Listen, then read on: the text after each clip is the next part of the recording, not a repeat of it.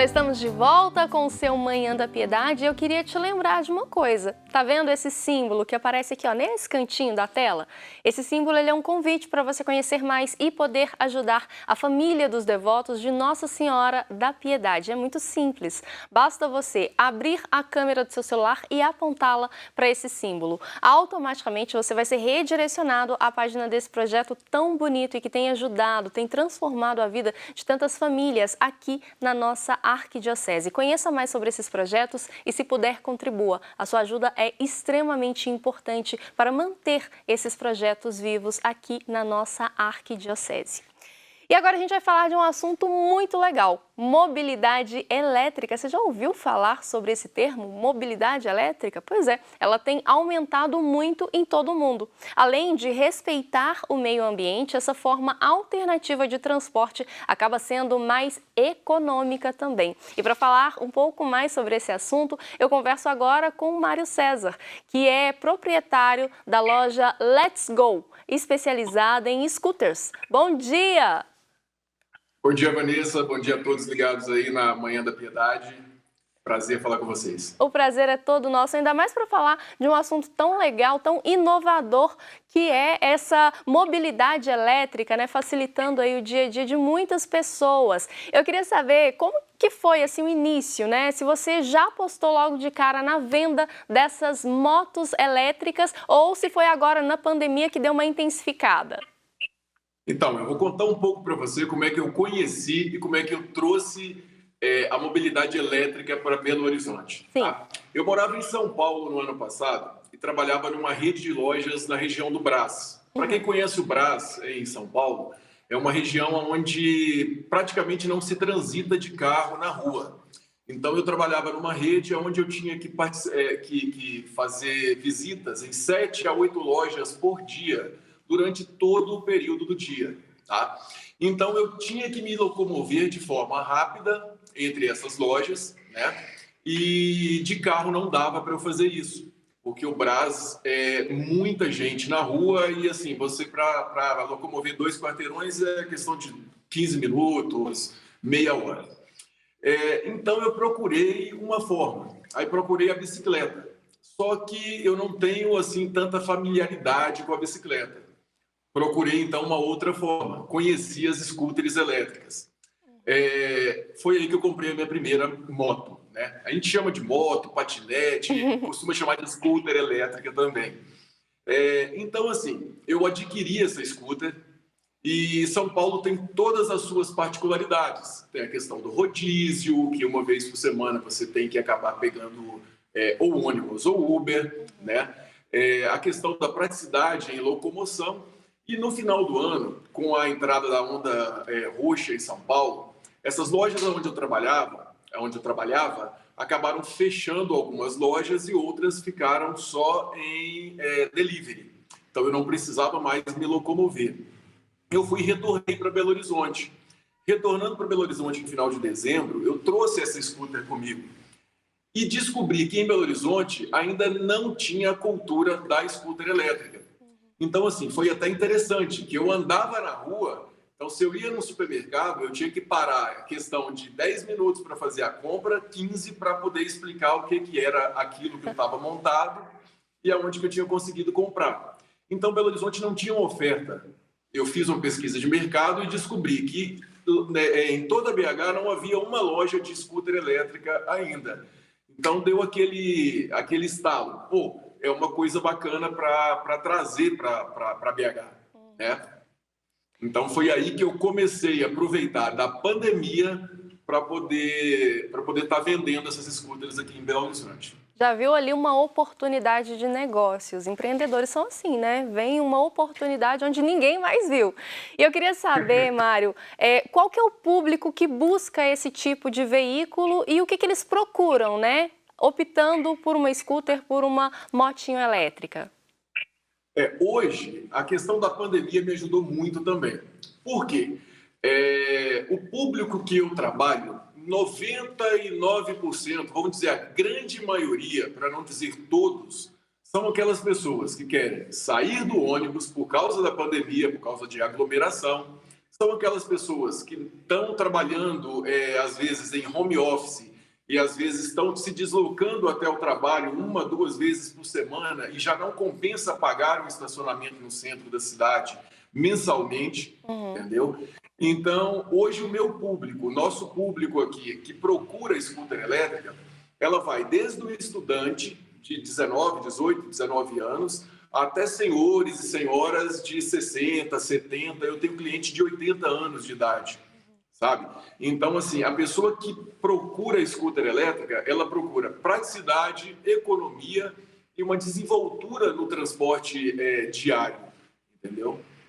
Isso é muito, muito bacana. Adalto tá aqui atrás da câmera fazendo assim, que eu sei que ele é motoqueiro, gosta de moto, tá fazendo assim. Em relação à legislação desse tipo de locomoção, a gente precisa de uma CNH, por exemplo, precisa emplacar a scooter? Hoje a gente ainda está no limbo, tá? Por que eu falo que a gente está no limbo ainda? Porque há duas definições. A scooter elétrica, ela não passa de um patinete elétrico. Só que aquele patinete que a gente tinha visto há uns 2 anos atrás rodando na rua, ele cresceu. Então ele virou uma mini moto, mas ele continua sendo chamado de patinete. Qual que é a legislação hoje dentro do Detran de Minas Gerais para veículo ciclomotor? Veículo ciclomotor, no site do Detran, expõe que veículo ciclomotor, vou pegar a colinha aqui, tá? Tudo bem. É um veículo de 2 ou 3 rodas, provido de um motor a combustão interna, tá? Cuja cilindrada não exceda 50 centímetros cúbicos, ou aquela famosa cinquentinha. O patinete, a scooter elétrica, ela não é movida a combustão interna, ela é movida a eletricidade. Então, ela não se enquadraria na categoria de ciclomotor. Logo, não haveria a necessidade de emplacamento, certo? E para o veículo ciclomotor, há uma autorização, que não é uma CNH, certo? Que autoriza o condutor a conduzir veículo ciclomotor, chama ACC, Autorização de Condução de Ciclomotores. Como ela não se enquadra pelo Detran de Minas em ciclomotor, automaticamente a gente não há necessidade da ACC ainda, tá? Já há no Brasil, no CONTRAN, algumas normativas que estão vindo, porque está se popularizando, está crescendo o número de scooters nas ruas, então eles têm que fazer uma legislação para isso. Então já tem algumas resoluções que estão vindo por aí para igualar a scooter, o patinete elétrico, ao ciclomotor que é movido a combustão. Entretanto, essas resoluções são a níveis nacionais e a nível, vamos dizer assim, estadual, municipal, há uma legislação interna onde ainda não se enquadrou nessa resolução nacional. Então, por exemplo, em Belo Horizonte hoje, eu rodo essencialmente em uma scooter elétrica, abandonei literalmente o meu carro, coisa que eu não imaginava fazer, de abandonar o carro e pegar exclusivamente a scooter. Então, hoje em Belo Horizonte, eu rodo em todos os lugares, todos os locais, todos os dias da semana, de scooter elétrica. Tenho clientes até que são do próprio Detran, que compraram comigo para poder ir trabalhar, né? E a gente não consegue, entre aspas, ainda emplacar. Por quê? Porque não há uma resolução onde eles possam entrar para poder legislar em cima do patinete elétrico. Então, hoje, a resolução diz que ciclomotor é movido a combustão, o patinete é movido a eletricidade, ele está, vamos dizer assim, num limbo, tá? Mas eu acredito que em pouco tempo, com a popularização, com as vendas crescendo, com o pessoal andando mais, isso tende a mudar bem rapidinho. Com certeza, com certeza. Ainda mais que é algo novo, né? Então, é questão de tempo mesmo para que haja essa legislação. E eu queria saber, né? Porque eu fiquei interessada nessa motinha aí. Dicas, brevemente, dicas para quem quer trocar o carro por uma scooter.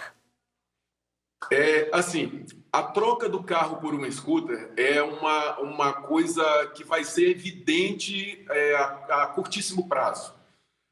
Vamos falar, primeiro, economia, tá? uma continha bem básica de economia. Para você pegar um carro hoje, para sair da sua casa e ir ao seu trabalho, vamos colocar em torno de 5 a 10 quilômetros, né? Você vai acabar gastando 1 litro de gasolina para ir, 1 litro de gasolina para voltar. Se você trabalha no centro da cidade, sai do Padre Eustáquio, onde está a nossa loja aqui, e vai até o centro, você vai gastar em torno de R$10 de gasolina por dia para poder estar se locomovendo em horário de pico. Mais um estacionamento que em torno, hoje, no centro de BH, está em torno de R$10 a R$12, vamos arredondar para 10. Então, você vai estar gastando R$20 praticamente por dia para poder ir de carro, tá? Em contrapartida, se você trocar pela scooter elétrica, uma carga da bateria, ela gira em torno de 50 centavos a R$1 e tem uma autonomia média de 30 a 50 quilômetros de autonomia com essa carga. E o estacionamento de uma scooter no centro de BH hoje, ele gira em torno de R$2 o dia, praticamente, R$2 a R$3, estacionamento de moto, né? Então, o que acontece? Se você colocar em contrapartida que você gastaria de carro R$20 para poder ir, parar o carro no estacionamento, estou colocando um dia inteiro de carro no estacionamento a R$10. E voltar, a diferença é muito grande, é muito grande. E se você usar isso no transporte público, hoje a tarifa gira em torno de uma passagem de ida e uma de volta, R$9. Se a gente colocar que uma carga, a pessoa vai e volta por 50 centavos, já dá uma diferença de 1000% aí de economia por dia na troca de um carro por uma scooter. É muita economia, muita. Mário, eu queria agradecer a sua participação aqui no Manhã da Piedade, trazendo esse assunto super legal. Fiquei realmente interessada na scooter. Vou te procurar aí, viu? Porque eu gostei bastante do modelo. Muito obrigada, viu? Vai ser um prazer recebê-los aqui, assim como todos os telespectadores. Obrigado a vocês, um bom dia. Bom dia. E no próximo bloco a gente tem a reflexão do Evangelho do dia. A gente vai para um rápido intervalo e voltamos já já.